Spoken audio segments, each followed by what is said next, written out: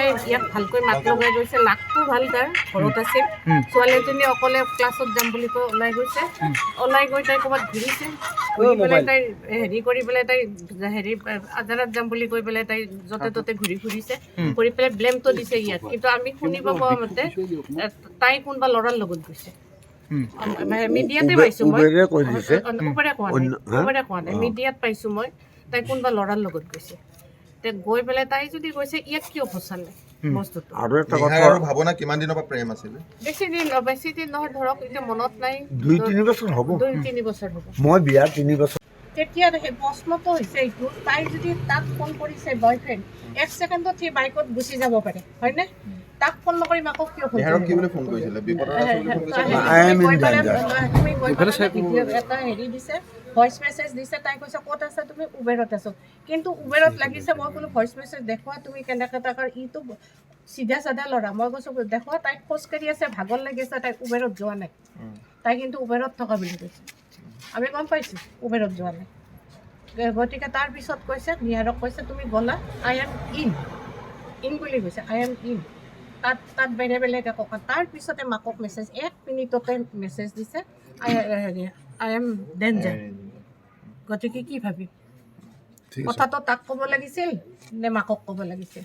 সি বাইকখন লৈ সোনকালে গুচি যাব পাৰে নে মাকে কি লৈ পেলাই যাব? মাকৰ বেমাৰ আছে কঁকালৰ বিষ। তেওঁলোকৰ এইটো প্লেন এতিয়া যে মই যদি ভাবোঁ নাজানো ইয়াক কেনেকৈ ফচাব পাৰোঁ সেইটো চেষ্টা দিছে। কাৰণ মোৰ ছোৱালীটো দাগী হ'লে, গতিকে ইয়াকো দাগী কৰি কিহৰ কাৰণে ফচুৱাইছে বুলি ভাবে মানে এই বিষয়টো কি কাৰণে কি কৰে ঘৰত তালাচী কৰিছে নেকি কিবা? নাই একো নাই, ৰুমটো চাইছে। একো পাব লগা বস্তুৱে নাই, কি তালাচী কৰিব? আমাৰতো আমি আৰু ক্ৰিমিনেল নহয়। মই তাইক ছোৱালীৰ দৰে মৰম কৰোঁ, তাৰপিছত যেতিয়া তাই এইখিনি কৰিছে, মইতো ভাবোঁ তাইক উপৰিয়াল নাই, তাইক শাস্তি দিব। মই এটা মাক হৈ তাই যেতিয়া ল'ৰাৰ এটা এনেকুৱা বদনাম আছে, তাইৰ বদনাম হৈছে কাৰণে আমাৰ ল'ৰাটোৰ বদনাম আনিছে। একচুৱেলি এইটো তেওঁলোকে থাকিবৰ কাৰণে ইয়াক নিহাৰে এইমাত্ৰ ঘৰত আহোঁতে কিবা ক'লে নেকি? কৈছে দেউতা চিন্তা নকৰিবা, মোৰ অলপ মানে প্ৰব্লেম আছে, তুমি নাৰ্ভাছ হৈছা। বোলো মই নাৰ্ভাছ হোৱা নাই বাবা, ওপৰৱালা আছে, তুমি একো কৰা নাই। তুমি সিদিনা স্পটত থাকিলেও বেলেগ কথা আছিল। তুমি মাকে ষ্টেটমেণ্ট দিছে ল'ৰা ঘৰত আছে, আৰু ল'ৰা খুব ভাল। মাকে ষ্টেটমেণ্ট দিছে ল'ৰা খুব ভাল। কি ক'ম আৰু এতিয়া ভাৱনাই আপোনালোকক ক'ৰবাত ফচাব চেষ্টা কৰিছে? তেওঁৰতো বদনাম হৈছে, গতিকে মোৰ ল'ৰাটোৰো বদনাম কৰাৰ কাৰণে চেষ্টা কৰিছে, এইটোৱে কথা। তাত বাহিৰে ফোন কৰিছে, দেউতা তুমি ক'ত আছা? মই বোলো মইতো অফিচত আহিলোঁ বাবা, কিবা এটা কামত মোৰ মেডিকেল বিল এখন চাবৰ কাৰণে। ইছ ৰাম, মইতো ভয় খাই গ'লোঁ। কাটি হ'ব দিয়া, নালাগে। তাৰপিছততো গম পাওঁ সি কাপোৰ পিন্ধিছে আৰু চিধা ঘৰত গৈছে। ঘৰত নহয়, থানাত গৈছে। ৰাতি 2টালৈ বহিছে, 10টাৰ পৰা।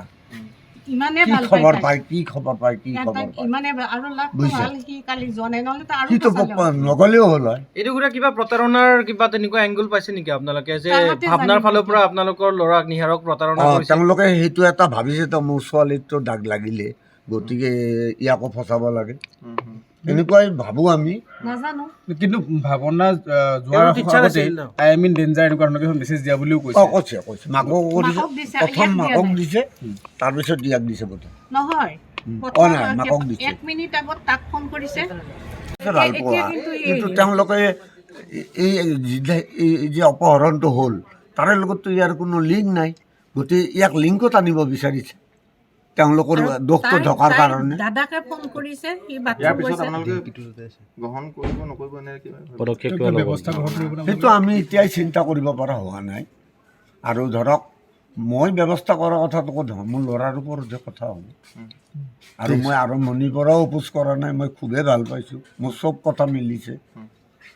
খালি কৈছোঁ যে মোৰ অলপ দেৰি হ'ব বিয়া পাতাত, কাৰণ মই ঘৰ নাই, মোৰ ফাইনেন্সিয়েলি। যিকোনো খবৰৰ বাবে যোগাযোগ কৰক আমাৰ এই নম্বৰত 9181 307 221।